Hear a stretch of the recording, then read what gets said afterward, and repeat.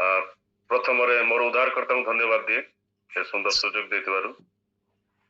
द्वितीय early morning prayer group organising committee आपण मानक मध्य मोर नमस्कार हृदय कृतज्ञता ज्ञापन करे। ए सुंदर सुजोग देथिबारु से धन्यवाद दिए। परिचालना करथुवा मैडम मधुस्मिता आपण मध्य मोर नमस्कार जनाए हृदय कृतज्ञता ज्ञापन करे। धन्यवाद दौची पुनर्बार आपण मन सहित मिलित प्रभु सुजोग देले। जदियो मु गत दिन मानक भावुतिली पाखापाखि एक ग्रुप सहित ग्रुप रे वाक्य द्वारा पाखापाखि मोर 3 वर्ष पाखापाखि हो गला। गत दिन मानक जदियो भावुतिली प्रभु साहाय्य करंतु, प्रभु दया करंतु ग्रुप को आउरी बढ़िया पे प्रभु ए दिन मानक आउरी बढ़ांतु हे हमर प्रार्थना। जो माने भी एठाको आसीबे से मान जेपरि आशीर्वाद प्राप्त हेबे। भौणी मध्य अति सुंदर गीत माध्यम कड़े नहीं गले। ख्रीष्ट भाई मध्य अति सुंदर भाव गीत बहुत हृदय स्पर्शी थिला, बहुत सुंदर लगिला गीत। से प्रभु को मान को धन्यवाद दिए। जो वाक्य मुझे आपण मान पाखे रखा चाहे तो आपण मैंने पाइपर जुलूस तार 3 पर्व 8 ରୁ 10 पद। जुलूस तार 3 पर्व 8 ରୁ 10 पद।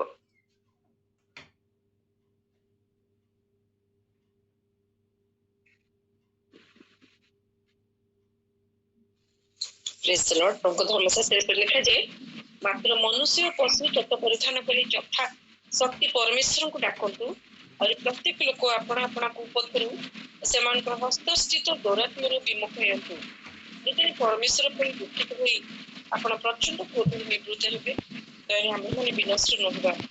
तो से माने जे आपण आपण कुपथरु फेरिले सेमान को ए कर्म परमेश्वर देखिले सेमान को प्रति जो अमंगल घटाबे बोली कहथिले परमेश्वर तद विषय दुखित होई ता घटाइले नाही। आमीन। धन्यवाद। गुड छोट प्रार्थना करबा तब प्रभु वाक्य मध्य जीवा। धन्यवाद दोजी प्रभु तुम्हें साहाय्य करो, तुम्हें वाक्य माध्यम तुम्हें कथा कुह प्रभु, तुमरी रब शुणिया पे साहाय्य करो। तुमरी रब जा प्रांतर को कंपित करे, तुमरी रब जा अग्निशिखा को विभक्त करे, तुमरी रब प्रभु जा हरिणी को प्रसव कराए प्रभु ए रब तुम्हें शुणिया पे साहाय्य करो बोली प्रार्थना करछु। समस्त भारत तुम चलते प्रार्थना प्रभु जी ख्रीष्ट नाम मागुछु। आमेन। जेतबेले आमने देखु एई समय रे पारिपार्श्विक स्थिति अति उत्तम नुहे। आमने जानू अछु कोन सब चाली अछि। आ एई समय रे मु जो वाक्य दा पे चाहे ता होची अंतिम दिन रो उद्दीपना। जा अंतिम दिन रो उद्दीपना विषय मु कहे पे चाहे। प्रत्येक जगह आमने जोठी भी जाऊ जोठी भी देखू सेठी माने समय जा लगे आम विपक्ष अच्छी बोली। आउ यही दिन मानक आमने प्रार्थना करू प्रभु उद्दीपना तुम्हें आण बोली। अंतिम दिन उद्दीपना प्रभु यही दिन मानक तुम्हें आण बोली आम प्रार्थना। जपरी लोक माने तुम आड़ को फेरिबे प्रभु, तुमरी वाक्य द्वारा जपरी लोक माने तुम निकट को फेरिबे ए आम प्रार्थना। उद्दीपना माने लोक माने अनेक समय भावती उद्दीपना माने आशीर्वाद, से उद्दीपना सभा गुड़िक रखती आशीर्वाद सभा, सुस्थतार सभा। किंतु उद्दीपना कह गले जा मन परिवर्तन करवा, उद्दीपना माने अनुताप करवा, उद्दीपना माने जा प्रभु को आड़ को आम फेरू ता होची उद्दीपना। उद्दीपना माने प्रभु को आड़ को आम फेरवाटा होची निज निज कुपथरु जतले लोक माने विपदगामी होती आ लोक माने तले से विपदगामी रु जतले फेरंती ताको कुआ जाए उद्दीपना। प्रभु एई दिन मानकरे सेई भली भाबरे उद्दीपना आनंतु जतले माने जुलूस पुस्तक जतले देखुचु जो भली भाबरे प्रभु सेटर उद्दीपना आनिले। आज आमनकर प्रार्थना प्रभु एई अंतिम दिनर तुमे उद्दीपना आनो पिता परमेश्वर। ए आमनकर प्रार्थना रहिबा दरकार। जो जगह आमरे देखुचु प्रत्येक जगह ताड़नार ए आरंभ हो गलानी, किंतु प्रभु सेई भली परिस्थिति रे प्रभु तुम्हें उद्दीपना आण। एक उद्दीपना देखा चाहूचु ଭିନ୍ନ ଭିନ୍ନ ଶତାବ୍ଦୀରେ ପ୍ରେରିତ ମାନଙ୍କ ଯୁଗରେ ଯେତେବେଳେ ଆମେ ଦେଖୁ ପ୍ରଭୁ ଯୋଉଭଳି ଭାବରେ ସବୁ ଉଦ୍ଦୀପନା ଆଣିଥିଲେ ପ୍ରଭୁଙ୍କ ନିକଟରେ ତା ଆମେ ପ୍ରାର୍ଥନା କରୁ ପ୍ରଭୁ ଏଇ ଦିନ ମାନଙ୍କରେ ମଧ୍ୟ ତୁମେ ଉଦ୍ଦୀପନା ଆଣ।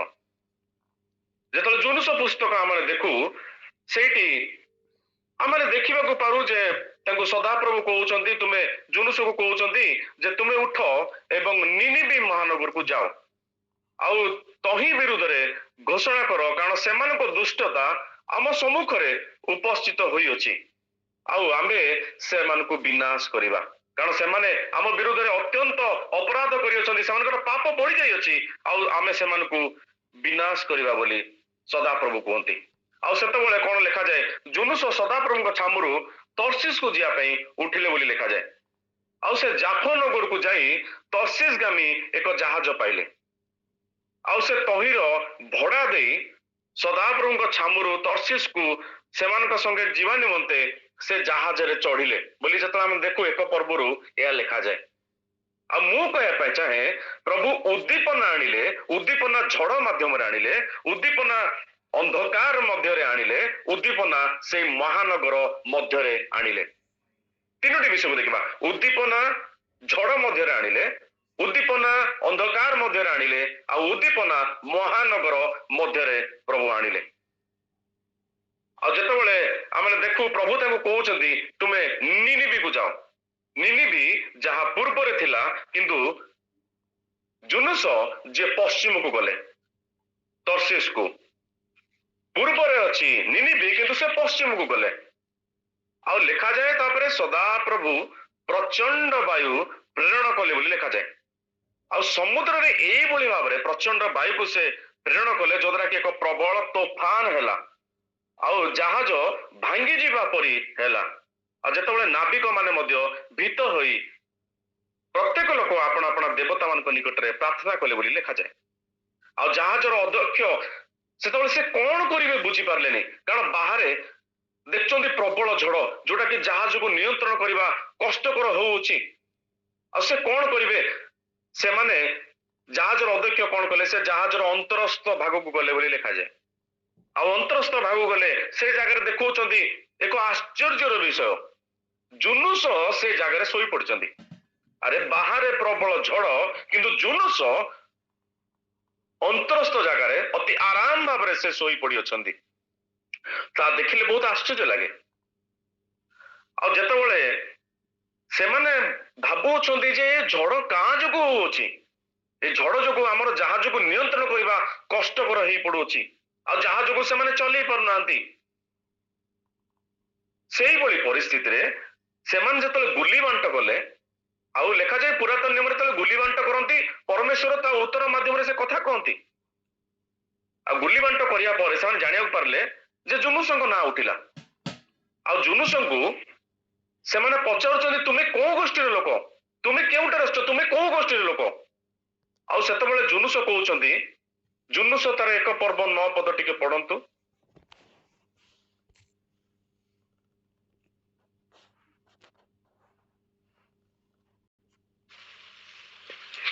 ତହିଁରେ ସେ ସେମାନଙ୍କୁ କହିଲେ ମୁଁ ଜଣେ ଏବ୍ରିୟ ପୁଣି ଯେ ସମୁଦ୍ର ଓ ଶୁଷ୍କ ଭୂମିର ସୃଷ୍ଟି କରିଅଛନ୍ତି ସେହି ସ୍ୱର୍ଗସ୍ଥ ପରମେଶ୍ୱର ସଦାପ୍ରଭୁଙ୍କୁ ମୁଁ ଭୟ କରେ।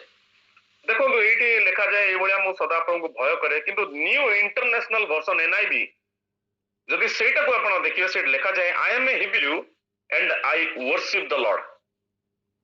ନ୍ୟୁ ଇଣ୍ଟରନ୍ୟାସନାଲ ଭର୍ସନ ଯଦି ଆମେ ଦେଖୁ ଲେଖାଯାଏ ଗୋଟେ ଭର୍ସନରେ I am a Hebrew and I worship the Lord ତା ମାନେ ମୁଁ ଜଣେ ଏବ୍ରିୟ ମୁଁ ସଦାପ୍ରଭୁଙ୍କୁ ଆରାଧନା କରେ। ସେ ଜଣେ ଆରାଧନା କିନ୍ତୁ ତାଙ୍କ ଜୀବନରେ ଅବାଧ୍ୟତାକୁ ଆମେ ଦେଖିବାକୁ ପାଉ ଜଣେ ଆରାଧକ କିନ୍ତୁ ଜୀବନରେ ଅବାଧ୍ୟତାକୁ ଆମେ ଦେଖିବାକୁ ପାଉ। ପ୍ରଭୁ କହିଲେ ନିନିବିକୁ ଯାଅ କିନ୍ତୁ ତାର୍ସିସକୁ ଗଲେ ଜଣେ ପ୍ରଭୁଙ୍କର ପ୍ରଶଂସକ କିନ୍ତୁ ଜୀବନରେ ଅବାଧ୍ୟକୁ ଆମେ ଦେଖିବାକୁ ପାଉ ଜଣେ ସ୍ତୁତି କରନ୍ତି କିନ୍ତୁ ଜୀବନରେ ଅବାଧ୍ୟତାକୁ ଆମେ ଦେଖିବାକୁ ପାଉ। I am a Hebrew and I worship the Lord ଜଣେ ଆରାଧକ କିନ୍ତୁ ଜୀବନରେ ଅବାଧ୍ୟତା ଆଜି କଣ ଆମମାନଙ୍କ ଜୀବନରେ ସେଇଭଳିଆ ଅଛି କି ପ୍ରାର୍ଥନା କରୁ କିନ୍ତୁ ଜୀବନରେ ଅବାଧ୍ୟତା ମଣ୍ଡଳୀ ଯାଉ କିନ୍ତୁ ଜୀବନରେ ଅବାଧ୍ୟତା ପ୍ରାର୍ଥନା କରୁ କିନ୍ତୁ ଜୀବନରେ ଅବାଧ୍ୟତା आज कौन से भाया विषय आम अच्छी कि गत दिन मानक जदि मु बाक्य देती मोर जहाँ मन पड़े कालेब कहती मैंने अपने पूरे जीवन में मेरे यहोवा परमेश्वर की बात सुनी। आज कौन आम जीवन रे आमने प्रभु को कथा पूरा मानी चुकी बाध्यर जीवन आमने काटी अच्छु कि हेई परे आमने गोटे प्रचारक हेई पारू हेई परे आमने आराधक हेई पारू हेई परे आमने जने प्रार्थनाकारी हेई पारू हेई परे आमने जने प्रभुंकर उत्तम शिष्य बा शिष्य हेई पारू किंतु आज आमने कोन अबाध्य कि जुलूस को विषय आमने देखू गोटे भविष्यत वक्ता किंतु जीवन रे अबाध्यता। आज कोन जीवन आमन को सेई बेला अछि कि भविष्यत वक्ता को जीवन मध्य अबाध्यता। आज कोन आमने आमन को जीवन रे कोन सेई बेला विषय अछि कि प्रत्येक दिन आमने प्रभु रे आसिया पे चेष्टा करू किंतु कोठी ना कोठी आज कोन आमने अबाध्य होइछु कि जदि हेइछु निज निज कुपथर आज आमने फेरिबार अछि जदि हेइछु आज आमने जो विपदकामी जदि हेइछु प्रभु को आडू को आउथरा आमने फेरिबार अछि। प्रभु साहाय्य करंतु आउ जतबेले से माने जहाज रे जतबेले जाउछंती सेतबेले जहाज को से माने नियंत्रण करि पारु नाहंती कारण जतबेले झड़ तूफान जतबेले आसुछि तार जहाज रो अध्यक्ष जे से आउ ताको नियंत्रण करि पार नाहंती ताको सेई भितर आउ से माने जाई पारु नाहंती आ सेतबेले से माने जुनुस को पचारछंती आमे कोन करिबा कहीं से माने तो जानिले जे जुनुस को जोगु ए विपद आसुछि जुनुस को जोगु ए झड़ आसुछि से माने सेतबेले जुनुस को पचारछंती आ माने कोन करिबा आउ जुनुस सेतबेले से कहू अछंती जे तुमे गोटे काम करो आमको नहीं कि तुमे समुद्र रे पकई दियो तईरे झड़ शांत हबो आ सेतबेले से माने कहउछंती सेतबेले से कहले आमे देखू से जगह रे एक पर्व रे एबळे लिखा जाए से माने जहाज को नियंत्रण करबे बहुत चेष्टा कले किंतु ता हेई परलानी आउ जतबेले जुनुस कहउछंती मते तुमे नहीं कि समुद्र रे पकई दियो तईरे झड़ शांत हबो किंतु से माने भयभीत होउछंती ताको समुद्र रे पकेया पई काहे कि समुद्र रे पकेबा जोगु जदि से अपराध ताको ऊपर जेपरि न वर्तिबो से माने सेठ पई ताको पकेया पई चाहू नांती जेपरि से रक्तपातर दोष आमन को ऊपर न वर्ते बोली से माने से कहउछंती सेठ पई जहाज रो अध्यक्ष से जहाज को नियंत्रण करया पई चेष्टा करूछंती किंतु एते झड़ तूफान जे से नियंत्रण करि पारु नाहंती आ शेषरे से कहउछंती जुनुस को धरी से माने समुद्र रे पकेया पई निष्पत्ति करूछंती। आ एक पर्व 15 पदरे एबळे लिखा जाए जेतबेले से समुद्र रे ताको पकांते झड़ निवृत्त हला बोली लिखा जाए टिके पढंतु एक पर्व 15 पद एसिरे सेमाने जुनुसंकु धरी समुद्र रे पकाइथिले और समुद्र अपना प्रचंड तारु निवृत्त हला। देखंतु समुद्र रे पकेबा द्वारा समुद्र प्रचंड प्रचंड तारु से निवृत्त हला बोली लिखा जाए जो झड़ जो तूफान आस्तला ता जोगु निवृत्त हला। आज एही परे आमान को प्रत्येक जीवन रे से जुनुस भले एक अबाध्यर आत्मा थाई पारे प्रत्येक को जीवन रे अबाध्यर आत्मा जतबेले थाए आम जीवन रे झड़ आसे प्रत्येक क्षेत्र रे से आर्थिक क्षेत्र रे हो से पारिवारिक क्षेत्र रे हो से व्यवसायिक क्षेत्र रे हो से परिवार गठन रे हो पिलामान को पाठ पढ़ा क्षेत्र रे मध्य हो झड़ आसी पारे किंतु जेतबेले से जुनुस भली एक अबाध्यर आत्मा को आमान को जीवन रो जेतबेले आमाने काढीबा प्रभु झड़ को मध्य बंद कर देबे। हालेलुया। देखंतु जेतबेले लिखा जाए समुद्र रे जेतबेले जुनुस को जेतबेले पकाउचंती सेतबेले झड़ बंद हैला बोली लिखा जाए। एही परे आमाने अनेक दिन हला भाबी पारू प्रभु एई झड़ एई समस्या एई कष्ट मो जीवन रे कोन पई जेतबेले जुनुस भली एक अबाध्यर आत्मा आमान को जीवन रे जदि अछि आमाने जदि ताको काढू आ प्रभु से झड़ को आम जीवन रे मध्य शांत करिवे प्रत्येक से समस्या को मध्य प्रभु ता समाधान करिवे। प्रभु साहाय्य करंतु आज यदि प्रत्येक क्षेत्र रे यदि झड़ भली यदि समस्या अछि ताले ए अबाध्यर आत्मा को आमे कोठी ना कोठी समीक्षा करिबा प्रभु कोठी ना कोठी मो अबाध्य होइछि कि कोठी ना कोठी तुमर बाध्य मो हेइनि कि से अबाध्यर आत्मा को प्रभु मध्य काढी जदि आमाने काढू ताले प्रभु मध्य आमान को जीवन रे से झड़ को बंद करिवे। आ जतबेले आमाने देखू लोक माने तापर आमाने देखू तले झड़ बंद हला आ लोक माने सदा प्रभु को अतिशय ଭୟ କଲେ ବୋଲି ଲେଖାଯାଏ। ସେମାନେ ସଦାପ୍ରଭୁଙ୍କ ଉଦ୍ଦେଶ୍ୟରେ ବଳି ଉତ୍ସର୍ଗ କଲେ ଆଉ ନାନା ମାନତ କଲେ ବୋଲି ଲେଖାଯାଏ। ଦେଖନ୍ତୁ, ଯେତେବେଳେ ଜଣେ ଅବାଧ୍ୟ ଥାଏ ଆଉ ଯେତେବେଳେ ଝଡ଼ ଆସେ, ସେ ଝଡ଼ ମାଧ୍ୟମରେ ମଧ୍ୟ ପ୍ରଭୁ ଉଦ୍ଦୀପନା ଆଣନ୍ତି।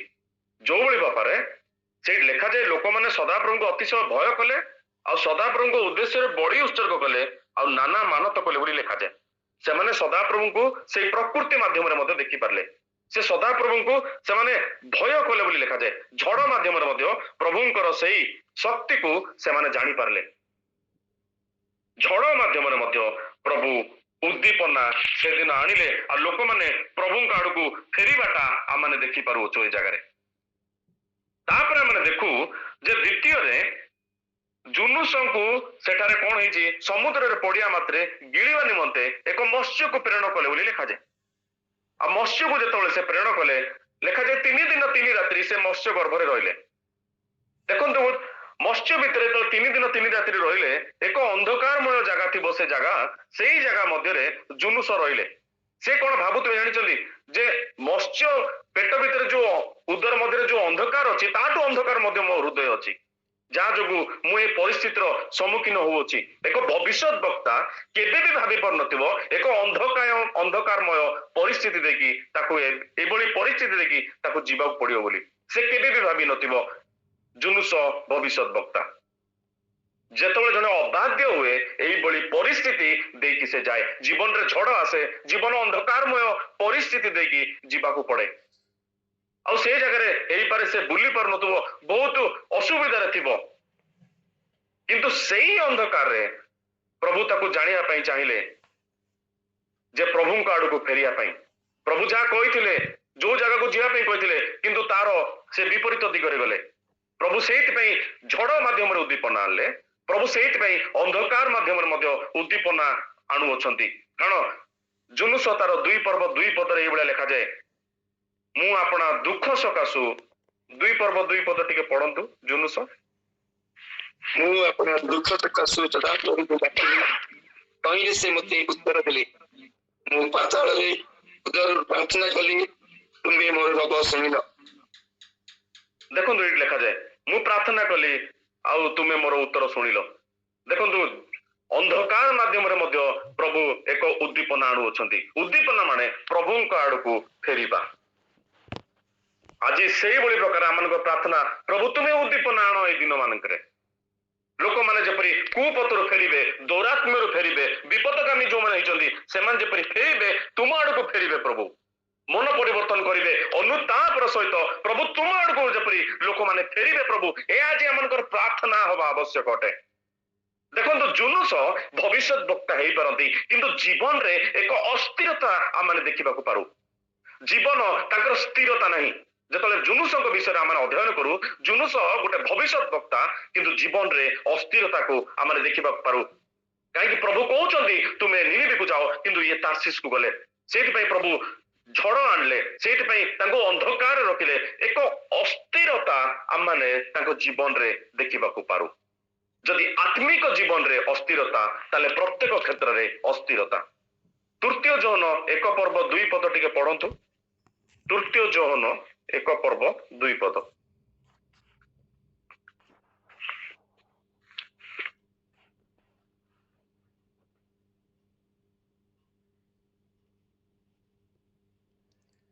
ପ୍ରିୟ ବନ୍ଧୁ, ତୁମ ଜୀବନର ଯେପରି ମଙ୍ଗଳ ହୋଇଅଛି, ସେହିପରି ସର୍ବ ବିଷୟରେ ତୁମର ମଙ୍ଗଳ ହେଉ ଏବଂ ତୁମ୍ଭେ ସ୍ୱାସ୍ଥ୍ୟ ଭୋଗ କରୁଥାଅ, ଏହା ମୋର ପ୍ରାର୍ଥନା। ଦେଖନ୍ତୁ, ଆକୁ ଯଦି ଆହୁରି ଭଲ ଭାବରେ ଆମେ ବୁଝିବାକୁ ଚେଷ୍ଟା କରିବା, ଯଦି ହିନ୍ଦୀରେ ପଢିବା ଲେଖାଯାଏ, हे प्रिय, मेरी ये प्रार्थना है कि जैसे तू आत्मिक उन्नति कर रहा है, वैसे ही तू सब बातों में उन्नति करे और भला चंगा रहे। ये वार्ता मत बहुत भल लगे, सेंटेंस टा, जैसे तू आत्मिक उन्नति कर रहा है, वैसे ही तू सब बातों में उन्नति कर। जदि आत्मिक क्षेत्र रे उन्नति अच्छी, ताले जीवन रो प्रत्येक क्षेत्र रे उन्नति अच्छी। जदि आत्मिक जीवन रे अस्थिरता अच्छी, ताले जीवन रो प्रत्येक क्षेत्र रे अस्थिरता अच्छी। जदि आत्मिक क्षेत्र रे अस्थिरता अच्छी, ताले चाकरी क्षेत्र रे अस्थिरता अच्छी। আজি କୋରାପୁଟ, କାଲି ଲକ୍ଷ୍ମୀପୁର, ପରଦିନ ରାୟଗଡା, ତା ପରଦିନ ଭୁବନେଶ୍ୱର। ଯଦି ଆତ୍ମିକ ଜୀବନରେ ଅସ୍ଥିରତା, ତାହେଲେ ଚାକିରି କ୍ଷେତ୍ରରେ ସ୍ଥିରତା ନାହିଁ, ଅସ୍ଥିରତା। ଯଦି ଆତ୍ମିକ ଜୀବନରେ ଅସ୍ଥିରତା ଅଛି, ତାହେଲେ ବ୍ୟବସାୟରେ ମଧ୍ୟ ଅସ୍ଥିରତା ଦେଖାଯିବ। ଯୋଉଭଳି ଭାବରେ ଏଇ ଆଜି ଭଲ ଲାଭ ହବ, କାଲି କ୍ଷତି ହେଇଯିବ, ପରଦିନ ସେଇଭଳିଆ ଲାଭ ହବ, ତା ପରଦିନ କ୍ଷତି ହେଇଯିବ। ଏକ ବ୍ୟବସାୟରେ ଆମେ ସ୍ଥିରତା ଦେଖିପାରୁନୁ। ଯଦି ଆତ୍ମିକ ଜୀବନରେ ଅସ୍ଥିରତା, ତାହେଲେ ବୈବାହିକ ଜୀବନରେ ମଧ୍ୟ ଅସ୍ଥିରତା। ଯଦି ଆତ୍ମିକ ଜୀବନରେ ଅସ୍ଥିରତା, ତାହେଲେ ଆମେ ଦେଖୁ ସମ୍ପର୍କ ସ୍ଥାପନରେ ମଧ୍ୟ ଅସ୍ଥିରତା। କେମିତି? ଆଜି ଯଦି ମୋର ପରିବାରର ରିଲେଟିଭ ମାନେ ଯୋଉମାନେ ଅଛନ୍ତି, ସମ୍ପର୍କୀୟ ମାନେ, ତାଙ୍କ ସହିତ ଯଦି ଆଜି ବହୁତ ଭଲ ପଡିବ, କାଲି ଗୋଟେ ମାସେ ଯାଏ ଆମେ ତାଙ୍କ ସହିତ ଆଉ କଥା ହେବା ପାଇଁ ଇଚ୍ଛା କରିନଥାଉ। ବଡାପା, ବଡ ମା, ମାମୁ, ମାଇଁ, ଯାହାର ଯୋଉମାନେ ଥିବେ, ଭାଇ ଭଉଣୀ, ଆଜି ବହୁତ ଭଲ ଭାବରେ ପଡୁଥିବ, କିନ୍ତୁ ଆଉ ଗୋଟେ ମାସ, ଦୀର୍ଘ ମାସେ 2 ମାସ ଯାଏ ଆମେ ସେମାନଙ୍କ ମୁଖ ଦେଖିବା ପାଇଁ ମଧ୍ୟ ଇଚ୍ଛା କରିନଥାଉ। ଯଦି ଆତ୍ମିକ ଜୀବନରେ ଅସ୍ଥିରତା, ସମ୍ପର୍କ ସ୍ଥାପନରେ ମଧ୍ୟ ଅସ୍ଥିରତା। ଯେତେବେଳେ ମଣ୍ଡଳୀ ଯାଉ, ଏଇପରି ଅନେକ ଅଛନ୍ତି, ଜଣ ଜଣଙ୍କର ମୁହଁ ଦେଖିବାକୁ ଇଚ୍ଛା କରନ୍ତିନି। ଜଣେ ଯୋଉ ଚେୟାରରେ ବସନ୍ତି, ସେଇ ଚେୟାର ସାଇଡରେ ସେମାନେ ବସିବାକୁ ଇଚ୍ଛା କରନ୍ତିନି। ଯଦି ସେ ସେଇଠି ବସିଛି, ମୁଁ ଆଜି ପଛରେ ବସିବି। ଯଦି ସେ ବାକ୍ୟ ଦଉଛି, ମୁଁ ଆଜି ଆସିବିନି। ଏଇ ଯଦି ଆତ୍ମିକ ଜୀବନରେ ଯଦି ଅସ୍ଥିରତା, ତାହେଲେ ଜୀବନର ପ୍ରତ୍ୟେକଟି କ୍ଷେତ୍ରରେ ଅସ୍ଥିରତା। ସେଇଥିପାଇଁ ଆଦି ପୁସ୍ତକ 49 ପର୍ବ 4 ପଦରେ ରୁବେନଙ୍କ ବିଷୟରେ ଯାକୁବ କୁହନ୍ତି ଅନଷ୍ଟେବଲ ଆଜ୍ ୱାଟର। ଯାକୁବ ଯେତେବେଳେ ନିଜ ପିଲାମାନଙ୍କୁ ଡାକିଲେ, ଆଉ ସେଇଠାରେ ସେ ଆଶୀର୍ବାଦ କରିବା ପାଇଁ ଚାହିଁଲେ, ଆଉ ସେତେବେଳେ ଯାକୁବ ରୁବେନକୁ କହୁଛନ୍ତି, କାରଣ ରୁବେନ ପାପ କଲେ, ନିଜ ପିତାଙ୍କର ସ୍ତ୍ରୀଙ୍କ ସହିତ ସେ ଶଯ୍ୟାରେ ସେ ଶୋଇଲେ। ସେଇଥିପାଇଁ ରୁବେନଙ୍କ ବିଷୟରେ ଲେଖାଯାଏ ଅନଷ୍ଟେବଲ ଆଜ୍ ୱାଟର। ୱାଟର ମାନେ ଅନଷ୍ଟେବଲ, ମାନେ କେତେବେଳେ ଉପର, କେତେବେଳେ ତଳ, କେତେବେଳେ ଉପର, କେତେବେଳେ ତଳ। ସମୁଦ୍ରର ଢେଉ ଯେତେବେଳେ ଥାଏ, ଆମେ ତାକୁ ଦେଖୁ, କେତେବେଳେ ଉପରକୁ ଯାଏ, କେତେବେଳେ ତଳକୁ ଆସେ, କେତେବେଳେ ଉପରକୁ ଯାଏ, କେତେବେଳେ ତଳକୁ ଆସେ। ଆମମାନଙ୍କ ଜୀବନ କଣ ଆଜି ସେଇଭଳିଆ କି? ଜୁନୁସ ଭବିଷ୍ୟତ ବକ୍ତା, ଜୀବନରେ ସ୍ଥିରତା ନାହିଁ। ଆଜି କଣ ଆମମାନଙ୍କ ଜୀବନ ସେଇଭଳିଆ କି? କେତେବେଳେ ଉପର, କେତେବେଳେ ତଳେ, କେତେବେଳେ ଉପର, କେତେବେଳେ ତଳେ। ଗୋଟେ ଦିନ ବହୁତ ବାଇବେଲ ପଢୁ, ଗୋଟେ ଦିନ ବାଇବେଲ ପଢିବା ପାଇଁ ଇଚ୍ଛା କରିନଥାଉ। ଗୋଟେ ଦିନ ପ୍ରାର୍ଥନା ଯିବା ପାଇଁ ଇଚ୍ଛା କରୁ, କିନ୍ତୁ ଦୀର୍ଘ ଦିନ ଯାଏ ଆଉ ମଣ୍ଡଳୀ ଯିବା ପାଇଁ ଇଚ୍ଛା କରିନଥାଉ। ବେଳେ ବେଳେ ବହୁତ ଦିନ ଆମେ ସହଭାଗିତାରେ ଉପବାସ ସହିତ ଆମେ ବସିଥାଉ, କିନ୍ତୁ ଗୋଟେ ଦିନ ଆମେ ଗୋଟେ ମାସ ଆମେ ପ୍ରଭୁଙ୍କ ନିକଟରେ ଉପବାସ ସହିତ ଆମେ ପ୍ରଭୁଙ୍କ ନିକଟରେ ବସି ନଥାଉ। ଆଜି କଣ ଜୀବନ ଆମର ସେଇଭଳିଆ କି? ଅନେକ ସମୟରେ ଆମେ ବହୁତ ଆତ୍ମିକ ହେବା ପାଇଁ ଚେଷ୍ଟା କରୁ, କିନ୍ତୁ ଅନେକ ସମୟରେ ଆମେ ପ୍ରଭୁଙ୍କ ଠାରୁ ବିମୁଖ ମଧ୍ୟ ହେଇଯାଉ। ଆଜି ସେଇଭଳିଆ କି ଆମମାନଙ୍କ ଜୀବନରେ ଅସ୍ଥିରତା? ଯଦି ଆତ୍ମିକ ଜୀବନରେ ଯଦି ଅସ୍ଥିରତା, ତାହେଲେ ଜୀବନର ପ୍ରତ୍ୟେକଟି କ୍ଷେତ୍ରରେ ମୁଁ କହିପାରେ ଅସ୍ଥିରତା। ପିଲାଙ୍କୁ ମଧ୍ୟ ଆମେ ଶିଖେଇବା, ଆତ୍ମିକ ଜୀବନରେ ଯଦି ସ୍ଥିରତା ଅଛି, ତାହେଲେ ପାଠ ପଢା, ତାଙ୍କ ରେଜଲ୍ଟ କ୍ଷେତ୍ରରେ ମଧ୍ୟ ସ୍ଥିରତା ଆସିବ। ପିଲାଙ୍କର ଯେତେବେଳେ ପାଠ ପଢନ୍ତି, ତାଙ୍କର ଜୀବନରେ ଆମେ ଦେଖୁ ସ୍ଥିରତା ନାହିଁ। ଆତ୍ମିକ ଜୀବନରେ ଯଦି ସ୍ଥିରତା ଅଛି, ତାହେଲେ ପ୍ରତ୍ୟେକଟି କ୍ଷେତ୍ରରେ ଆମେ ସ୍ଥିରତା। ଯଦି ଆତ୍ମିକ ଜୀବନରେ ଉନ୍ନତି ଅଛି, ତାହେଲେ ଜୀବନର ପ୍ରତ୍ୟେକଟି କ୍ଷେତ୍ରରେ ନିଶ୍ଚୟ ରୂପରେ ଉନ୍ନତି ଆସିବ। ସେଥିପାଇଁ ଲେଖାଯାଏ, जैसे तू आत्मिक उन्नति कर रहा है, वैसे ही तू सब बातों में उन्नति कर। आज मैंने एटारे मन रखा दरकार, जदि आत्मिकटारे उन्नति अच्छी, ताले जीवन प्रत्येक क्षेत्र में उन्नति अच्छी। एक भविष्य वक्ता, किंतु जीवन रे तांकर स्थिरता नहीं, अस्थिरता को आमने देखिबा पाऊ। जनक विषय मु कहया पे चाहे, जेतला माने गूगल रे जेतले देखिबु, आशा अलोन्सो एलेन बोली जणे थिले। आशा अलोन्सो एलियन, अमेरिकन पेंटिकॉस्टल इवांजेलिस्ट, जे सुस्थता एवं उद्धार सेवा कार्य जे करुतले, हिलिंग डेलिवरेंस जे सेवा कार्य करुतले, आउ अति सुंदर भावरे अमेरिकन पेंटिकॉस्टल इवांजेलिस्ट अति सुंदर भावरे सुस्थता आ उद्धार कार्य से करुतले। अति सुंदर भावरे लोक मानकु भिन्न भिन्न मंद शक्तिर प्रभाव रु सेमानकु से उद्धार करुतले। आउ से तांकर एई बढिया भावरे तांकर सेवा कार्य दिनकु दिन वृद्धि पाइला। वृद्धि पाइबा समय तांकर दिने देह खराब होला, तांको जीवन रे मध्य स्थिरता थिला, किंतु तापरे कोठी ना कोठी आमे तांको जीवन रे अस्थिरता को मध्य देखिबा पारिबा। केमिति दिने तांको देह खराब होला, आ देह खराब हले से निष्पत्ति नेले जे मेडिकल रे देखिया पई। आ तो मेडिकल को जिया पई से चेष्टा करूछनी। ता पूर्व दिन गोटे दिन से लॉज रे रहिले, ता पर दिन से मेडिकल को देखेबार अछि, काहे कि तांको गोड़ बहुत पेन होतला, ଆଉ ତାଙ୍କ ଦେହ ଭଲ ଲାଗୁନଥିଲା। ଆଉ ସେ ଯେତେବେଳେ ସେ ମେଡିକାଲରେ ଯିବା ପାଇଁ ସେ ନିଷ୍ପତ୍ତି ନେଲେ, ତା ପୂର୍ବ ଦିନ ସେ ହୋଟେଲରେ ରହୁଛନ୍ତି। ଆଉ ହୋଟେଲରେ ଯେତେବେଳେ ସେ ରହିଲେ, ସେ ରାତିରେ କଣ ହେଇଛି, ଶୋଇଲେ ଆଉ ତା ପରଦିନ ସେ ଉଠିଲେନି। ଆଉ ଯେତେବେଳେ ସେ ହୋଟେଲର ମାଲିକ ଆସିକି ସେ କବାଟ ଯେତେବେଳେ ବାଡଉଛି, କାହିଁକି ଏ ଉଠୁନାହାନ୍ତି, ଆଉ ତାଙ୍କ ଯିଏ ମେଡିକାଲରେ ଯାହାକୁ ଭାର ଦିଆଯାଇଥିଲା ଯେ ଆଙ୍କୁ ନେଇକି ମେଡିକାଲ ଯାଇ ଯିବ, ସେଇ ଲୋକ ବି ଆସିଲା ଆଉ ତାଙ୍କ କବାଟ ବାଡଉଛନ୍ତି, ଇଏ ଆଉ କବାଟ ଖୋଲୁନାହାନ୍ତି। ସେତେବେଳେ ସେ ହୋଟେଲର ମାଲିକ ମାନେ ସବୁ ଆସିକି ତା କବାଟ ସେ ଭାଙ୍ଗିଲା ପରେ ଜଣା ପଡିଲା ଆଙ୍କର ଆଉ ଇଏ ତାଙ୍କ ଦେହରେ ଆଉ ଜୀବନ ନାହିଁ। ତାଙ୍କୁ ନେଇକି ସାଙ୍ଗେ ସାଙ୍ଗେ ସେମାନେ ମେଡିକାଲ ଗଲେ, ଆଉ ସେଇଠି ତାଙ୍କୁ ଘୋଷଣା କରାଗଲା ଯେ ତାଙ୍କର ଡେଥ୍ ହେଇଯାଇଛି, ତାଙ୍କର ମୃତ୍ୟୁ ହେଇଯାଇଛି। କୋଉ ସକାଶୁ କୋଉ କାରଣ ଯୋଗୁଁ ତାଙ୍କର ମୃତ୍ୟୁ ହେଇଛି ବୋଲି ସେମାନେ ଜାଣିବାକୁ ଚେଷ୍ଟା କଲେ। ଆଉ ତାପରେ ଗୋଟେ ରିପୋର୍ଟ ଆସିଲା, due to consumption of severe alcohol ତାଙ୍କର ଲିଭର ଫେଲୁଅର ହେଇଗଲା ବୋଲି। ଦେଖନ୍ତୁ, ଗୋଟେ ଆମେରିକାନ ପେଣ୍ଟିକଷ୍ଟାଲ ଇଭାଞ୍ଜେଲିଷ୍ଟ କିନ୍ତୁ ଜୀବନରେ ଅସ୍ଥିରତାକୁ ଆମେ ଦେଖିବାକୁ ପାଉ। ହେଇପାରେ ବହୁତ ହିଲିଂ ମିନିଷ୍ଟ୍ରି କରିଥାଇ ପାରନ୍ତି, ହେଇପାରେ ବହୁତ ଡେଲିଭରାନ୍ସ ମିନିଷ୍ଟ୍ରି କରିଥାଇ ପାରନ୍ତି, କିନ୍ତୁ କନଜମ୍ପସନ ଅଫ ସିଭିୟର ଆଲକୋହଲ ତାଙ୍କର ଲିଭର ଫେଲୁଅର ହେଇଗଲା ବୋଲି ଲେଖାଯାଏ। ଆଜି କଣ ଆମମାନଙ୍କ ଜୀବନରେ ସେଇଭଳିଆ ଅସ୍ଥିରତା ଅଛି କି? ଜୁନୁସତ ଭବିଷ୍ୟତ ବକ୍ତାଙ୍କୁ ଆମେ ଦେଖୁ ଜୀବନରେ ଅସ୍ଥିରତା ଯଦି ଅଛି, କୁପଥରୁ ଫେରୁ, ବିପଦଗାମୀ ଯଦି ହେଇଅଛୁ, ପ୍ରଭୁଙ୍କ ନିକଟକୁ ଫେରୁ, ମନ ପରିବର୍ତ୍ତନ କରୁ, ପ୍ରଭୁ ଏଇ ଦିନ ମାନଙ୍କରେ ଉଦ୍ଦୀପନା ଆଣନ୍ତୁ ବୋଲି ଏ ଆମମାନଙ୍କ ପ୍ରାର୍ଥନା। ଆଉ ଯେତେବେଳେ ଆମେ ଦେଖୁଅଛୁ ସେଇ ଜୁନୁସଙ୍କ ବିଷୟରେ, ଯେତେବେଳେ ଆମେ ଦେଖୁଅଛୁ ପ୍ରଭୁ ଝଡ଼ ମାଧ୍ୟମରେ ଉଦ୍ଦୀପନା ଆଣିଲେ, ପ୍ରଭୁ ଅନ୍ଧକାର ମଧ୍ୟରେ ଉଦ୍ଦୀପନା ଆଣିଲେ, ଆଉ ଯେତେବେଳେ ବିପଦଗାମୀ ହେଇଥିଲେ, ପ୍ରଭୁ ପୁନର୍ବାର ତାଙ୍କୁ କହୁଛନ୍ତି ଯେ ତୁମେ ଉଠ ଏବଂ ନିନିବିକୁ ଯାଅ, କାରଣ ନିନିବି ତାଙ୍କର ଦୁଷ୍ଟତା ବଢି ଯାଇଅଛି, ତୁମେ ଉଠ। ଆଉ ଲେଖାଯାଏ 3 ଦିନର ଯାତ୍ରାର ପଥ ବୋଲି ଲେଖାଯାଏ ନିନିବି ଥିଲା। 3 ପଦ ଯେତେବେଳେ ଆମେ ପଢିବା, ଆଉ ସେଇଠି ସେ ଯେତେବେଳେ ଉଠୁଅଛନ୍ତି ଆଉ ନିନିବିକୁ ଗୋଟେ ଦିନର ପଦର ଯାତ୍ରା କଲେ, ଆଉ ଯାତ୍ରା କରିକି ସେ କଣ କରୁଛନ୍ତି, ନିନିବିରେ ଘୋଷଣା କରିବାକୁ ଲାଗିଲେ। ନିନିବିରେ ସେ ଘୋଷଣା କଲେ ଯେ 40 ଦିନ ଗତ ହେଲା ଉତ୍ତାରେ ନିନିବି ବିନଷ୍ଟ ହବ ବୋଲି ଲେଖାଯାଏ। এইଭଳି ଭାବରେ ଘୋଷଣା କଲେ ସେ।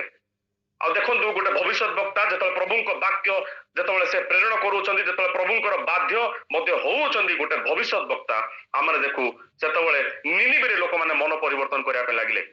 ଗୋଟେ ଭବିଷ୍ୟତ ବକ୍ତାର ପ୍ରାଇମେରୀ ମେସେଜ କଣ ହବା ଦରକାର ଜାଣିଛନ୍ତି? ଏକ ସତର୍କର ସମ୍ବାଦ ସେ ଲୋକମାନଙ୍କୁ ଦିଅନ୍ତି। ନାଇଁ ଯେ ଜଣଙ୍କ ପାଖରେ ଗାଡି ଅଛି ଆଉ ଗୋଟେ ଗାଡି ମିଳିବ, ନାଇଁ ଯେ ତୁମର ଗୋଟେ ଘର ଅଛି ଆଉ ଗୋଟେ ଘର ମିଳିବ। ଭବିଷ୍ୟତ ବକ୍ତାର ଯଦି ପ୍ରାଇମେରୀ ପ୍ରାଥମିକ ଯଦି ସମ୍ବାଦ ହଉଛି ଯେ ପ୍ରଭୁଙ୍କ ଆଡକୁ ତୁମାନେ ଫେର, ଗୋଟେ ସତର୍କର ସମ୍ବାଦ। ଯେତେବେଳେ ବାଇବେଲ ଆମେ ଦେଖୁ ଆଦି ପୁସ୍ତକରୁ ପ୍ରକାଶିତ ବାକ୍ୟ ଯାଏ, ପ୍ରଭୁଙ୍କର ଯୋଉମାନେ ବି ଭବିଷ୍ୟତ ବକ୍ତା ଆମେ ଦେଖୁ ଗୋଟେ ସତର୍କର ଏକ ୱାର୍ଣ୍ଣିଂ ମେସେଜ, ଗୋଟେ ସତର୍କର ସମ୍ବାଦ ସେମାନେ ଲୋକମାନଙ୍କୁ ପ୍ରେରଣ କରନ୍ତି ଯେ ତୁମମାନେ ସମସ୍ତେ କୁପଥରୁ ଫେରି ଆସ, ତୁମମାନେ ମନ ପରିବର୍ତ୍ତନ କର, ପ୍ରଭୁଙ୍କ ଆଡକୁ ଫେର ବୋଲି ସେମାନଙ୍କର ଏକ ପ୍ରାଇମେରୀ ମେସେଜ ସେମାନଙ୍କର ଥାଏ। ପ୍ରଭୁ ସାହାଯ୍ୟ କରନ୍ତୁ। ସେଇଭଳି ଲୋକମାନେ ଦେଖନ୍ତୁ, ଲେଖାଯାଏ ପ୍ରତ୍ୟେକ ଲୋକ ରାଜା ଠାରୁ ଆରମ୍ଭ କରିକି ପଶୁ ଯାଏ ସେମାନେ ଚଟ୍ଟ ବସ୍ତ୍ର ପରିଧାନ କଲେ ବୋଲି ଲେଖାଯାଏ। କିଏ ଭୋଜନ ଛାଡିଦେଲେ, ଜଳ ଛାଡିଦେଲେ, ସେମାନେ ପ୍ରଭୁଙ୍କ ନିକଟରେ ସେମାନେ ଆଣ୍ଠୁ ପାତିବା ପାଇଁ ଲାଗିଲେ। ପ୍ରଭୁ ଏଇଭଳି ଉଦ୍ଦୀପନା ଏଇ ଦିନ ମାନଙ୍କରେ ତୁମେ ଦିଅ ପ୍ରଭୁ। ଦେଖନ୍ତୁ, ପ୍ରଚାର କଲେ 1,20,000 ଲୋକ ହେଇପାରନ୍ତି, ସେମାନେ ମନ ପରିବର୍ତ୍ତନ କରିବା ପାଇଁ ଲାଗିଲେ, ସେମାନେ ଅନୁତାପ କରିବା ପାଇଁ ଲାଗିଲେ। ପ୍ରଭୁ ଏଇ ଉଦ୍ଦୀପନା ଦିଅନ୍ତୁ, ଯୋଉ ଉଦ୍ଦୀପନା ପ୍ରଭୁ ପିତରଙ୍କ ସମୟରେ ଆମେ ମଧ୍ୟ ଦେଖୁ। ପିତର ପ୍ରଚାର କଲେ, ପ୍ରେରିତ 3 ପର୍ବ 15 ପଦରୁ 2 ପର୍ବ 15 ପଦରୁ 2 ପଦ 2 ପର୍ବ 37 ପଦ ଯାଏ, ପ୍ରେରିତ 2 ପର୍ବ 15ରୁ 2 ପର୍ବ 37 ଯାଏ। 3 ମିନିଟ୍ ଯଦି ମୁଁ ତାକୁ ପ୍ରଚାର କରିବି, 3 ମିନିଟ୍ 3000 ଲୋକ ମଣ୍ଡଳୀ ସହିତ ସଂଯୁକ୍ତ ହେଲେ। ପବିତ୍ର ଆତ୍ମାଙ୍କର ଏଇଭଳି ଭାବରେ ସେ ଜାଗାରେ ଉପସ୍ଥିତି ଥିଲା। ଲୋକମାନେ ସେଠାରେ ମନ ପରିବର୍ତ୍ତନ କରିବା ପାଇଁ ଲାଗିଲେ।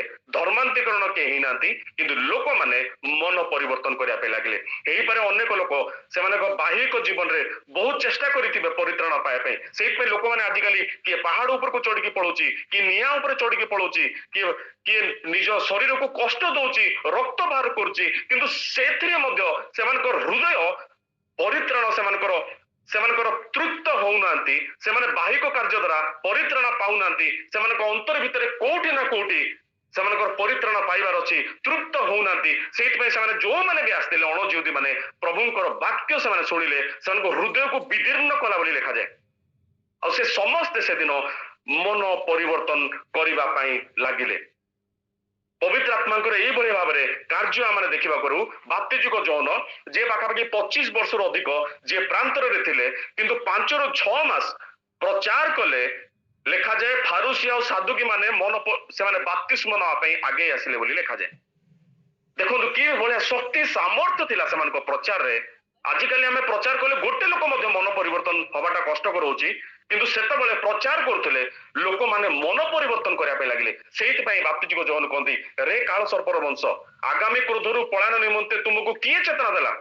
এই ভଳି ভাବରେ ଲୋକମାନେ ବାପ୍ତିସ୍ମ ନେବା ପାଇଁ ଆସିଲେ, ଫାରୁସି ମାନେ ଆସିଲେ, ସାଧୁକୀ ମାନେ ଆସିଲେ। ପବିତ୍ର ଆତ୍ମାଙ୍କ କାର୍ଯ୍ୟ ଯେତେବେଳେ ଆମେ ଦେଖୁ ପ୍ରେରିତ ମାନଙ୍କ ଯୁଗରେ ସେତେବେଳେ ଲୋକମାନେ ମନ ପରିବର୍ତ୍ତନ କରିବା ପାଇଁ ଆସୁଥିଲେ। ପ୍ରାୟ 100% ପାଖାପାଖି ଲୋକମାନେ ସେମାନେ ମନ ପରିବର୍ତ୍ତନ କରିବା ପାଇଁ ଆସୁଥିଲେ, ଅନୁତାପ କରିବା ପାଇଁ ଆସୁଥିଲେ। ପ୍ରଭୁ ସେଇଭଳିଆ ପବିତ୍ର ଆତ୍ମା ଏଇ ଦିନ ମାନଙ୍କରେ କାର୍ଯ୍ୟ କରନ୍ତୁ। ଯୋଉ ଜାଗାରେ ମିଟିଂ ଗୁଡାକ ଆଜିକାଲି ଲୋକମାନେ ବନ୍ଦ କରିଦଉଛନ୍ତି, କାହିଁକି ସେମାନେ ମଧ୍ୟ ଜାଣିଛନ୍ତି जोटी गहली परवर्ती पर्याय ता मंडली रे परिणत हबो। आजिर गहली कालीर मंडली जदि मु कहय पई चाहे आजिर गहली कालीर मंडली केमती पवित्र आत्मा को पैटर्न से आजिर जोटी गहली थिबो पवित्र आत्मा परवर्ती पर्याय से गहली को मंडली रे परिणत करिवे। जो भाबरे आद्य जुग रे माने देखिबा पाऊ, प्रेरित मान को जुग रे देखिबा पाऊ, जोटी लोक मानकर भिड़ होतला से जगह रे पवित्र आत्मा ताको मंडली रे परिणत करतला। आज सेहित पई जो माने लोक माने अछंती से माने मीटिंग गुडा को बंद करछंती, काई से माने जानिछंती